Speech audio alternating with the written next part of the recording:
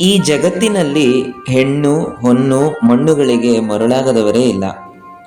ಇವುಗಳಿಗಾಗಿ ಜನರು ತಮ್ಮದೇ ಆದ ಕಲ್ಪನಾ ಲೋಕದಲ್ಲಿ ತೇಲ್ತಾ ಇರ್ತಾರೆ. ಹೆಣ್ಣಿನ ಅಂದವನ್ನ ಹಾಡಿ ಹೊಗಳೋದನ್ನ ನಾವು ಕತೆ ಕಾದಂಬರಿಗಳಲ್ಲಿ, ನಾಟಕ, ಚಲನಚಿತ್ರಗಳಲ್ಲಿ ಮೊದಲಿನಿಂದಲೂ ನೋಡ್ತಾ ಬಂದಿದ್ದೀವಿ.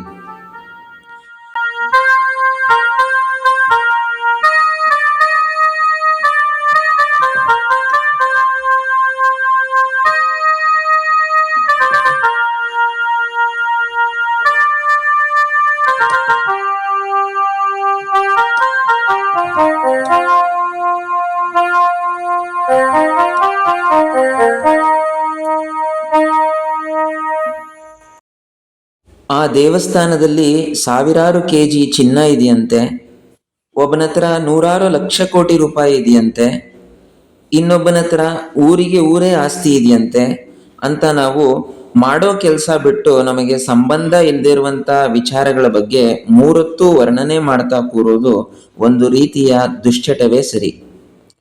ಇನ್ನು ಕೆಲವರು ತಮಗೆ ಇಷ್ಟವಾದ ರಾಜಕೀಯ ವ್ಯಕ್ತಿಗಳನ್ನ, ಸಿನಿಮಾ ನಟರನ್ನ, ಕ್ರೀಡಾಪಟುಗಳನ್ನ ಹೊಗಳಿ ಅಟ್ಟಕ್ಕೇರಿಸುತ್ತಾ ತಮ್ಮ ಬದುಕಿನ ಉದ್ದೇಶವೇನೆಂಬುದನ್ನೇ ಮರೆತು ಕಾಲ ತಳ್ಳಿಬಿಡುತ್ತಾರೆ.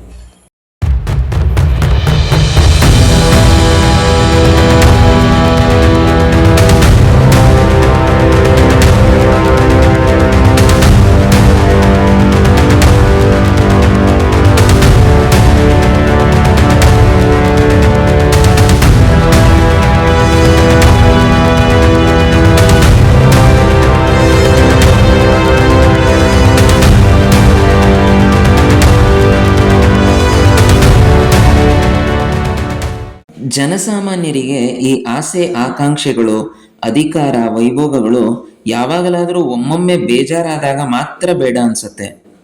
ಇದೆಲ್ಲವೂ ಕ್ಷಣಿಕ ವೈರಾಗ್ಯಗಳು. ಕೆಲವು ಸಾಧು ಸಂತರಿಗೆ ಮಾತ್ರ ಆಕರ್ಷಣೆಗಳಿಂದ ಶಾಶ್ವತವಾಗಿ ದೂರ ಉಳಿಯುವುದಕ್ಕೆ ಸಾಧ್ಯ. ತಮಗಿಷ್ಟವಾದ ವ್ಯಕ್ತಿಗಳನ್ನಾಗಲಿ ವಸ್ತುಗಳನ್ನಾಗಲಿ ಹೊಗಳೋದ್ರಲ್ಲಿ ಅಚ್ಚರಿ ಪಡುವಂಥದ್ದೇನಿಲ್ಲ. ಆದರೆ ಭಾವಮಿಶ್ರ ಎಂಬ ಆಚಾರ್ಯರೊಬ್ಬರು ಪ್ರತಿ ಗಳಿಗೆಯೂ ನಮಗೆ ಪ್ರಾಣವಾಯುವನ್ನು ಒದಗಿಸುವ ಹಾಗೂ ಬಹು ವಿಧಗಳಲ್ಲಿ ನಮಗೆ ಒಳಿತನ್ನು ಉಂಟು ಮಾಡುತ್ತಿರುವಂತಹ ಒಂದು ಮರದ ಗುಣವನ್ನು ಹೇಗೆ ವರ್ಣಿಸಿದ್ದಾರೆಂದು ನೀವೇ ನೋಡಿ. ಕಕುಬೋ ಅರ್ಜುನಮಾಕ್ಯೋ ನದೀ ಸರ್ಜಶ್ಚ ಕೀರ್ತಿತಃ ಇಂದ್ರವೀರ ವೃಕ್ಷಶ್ಚ ವೀರಶ್ಚ ಧವಲಃ ಸ್ಮೃತಃ. ವಿಸ್ತಾರವಾಗಿ ಆವರಿಸಬಲ್ಲ ಬೃಹದಾಕಾರದ ಕಕುಬ ಅಥವಾ ಅರ್ಜುನ ಎಂಬ ಹೆಸರನ್ನುಳ್ಳ ಮರವು ಸಾಮಾನ್ಯವಾಗಿ ನದಿ ತೀರಗಳಲ್ಲಿ ಕಂಡುಬರುತ್ತದೆ. ವೀರ ಇಂದ್ರನಷ್ಟೇ ಪರಮಶಕ್ತಿಯುಳ್ಳ ಈ ವೃಕ್ಷವು ಬಿಳಿ ಬಣ್ಣದ ಕಾಂಡವನ್ನು ಹೊಂದಿದೆ ಎಂಬುದು ಇದರ ಅರ್ಥ.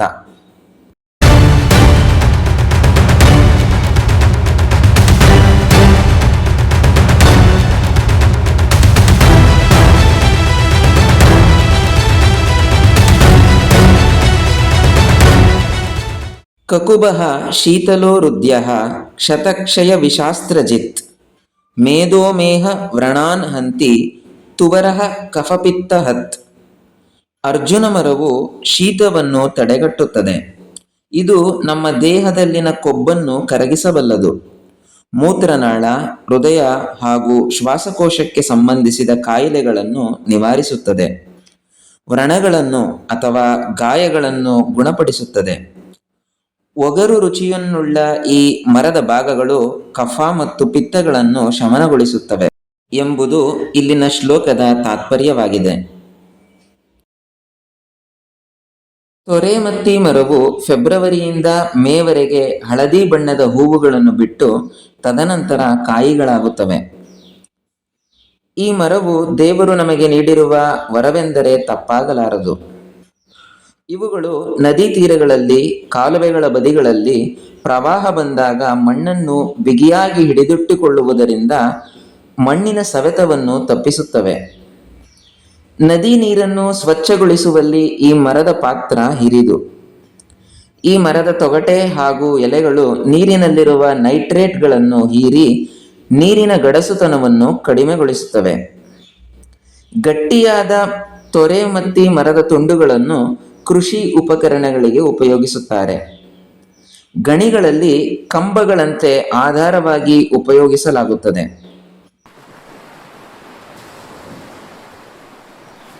ದೋಣಿ, ಹಡಗುಗಳ ನಿರ್ಮಾಣಕ್ಕೆ, ಮನೆಗಳ ನಿರ್ಮಾಣಕ್ಕೆ ಹಾಗೂ ವಿದ್ಯುತ್ ಕಂಬಗಳಂತೆಯೂ ಸಹ ಇದರ ಪ್ರಯೋಜನವನ್ನು ನಾವು ಪಡೆದುಕೊಳ್ಳಬಹುದು.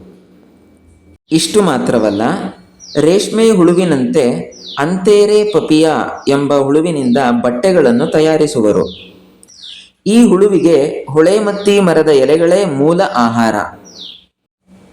ನಾನಾ ವಿಧಗಳಲ್ಲಿ ನಮಗೆ ಹಾಗೂ ಪರಿಸರಕ್ಕೆ ಉಪಯುಕ್ತವಾಗಿರುವ ಈ ಮರಗಳು ಇನ್ನೊಂದೆರಡು ದಶಕಗಳು ಕಳೆದ ನಂತರ ನಮ್ಮ ಕಣ್ಣಿಗೆ ಕಾಣಸಿಗುತ್ತವೆಯೇ ಎಂಬುದೇ ಆಗಾಗ ನನ್ನನ್ನು ಕಾಡುವ ಯಕ್ಷ ಪ್ರಶ್ನೆ.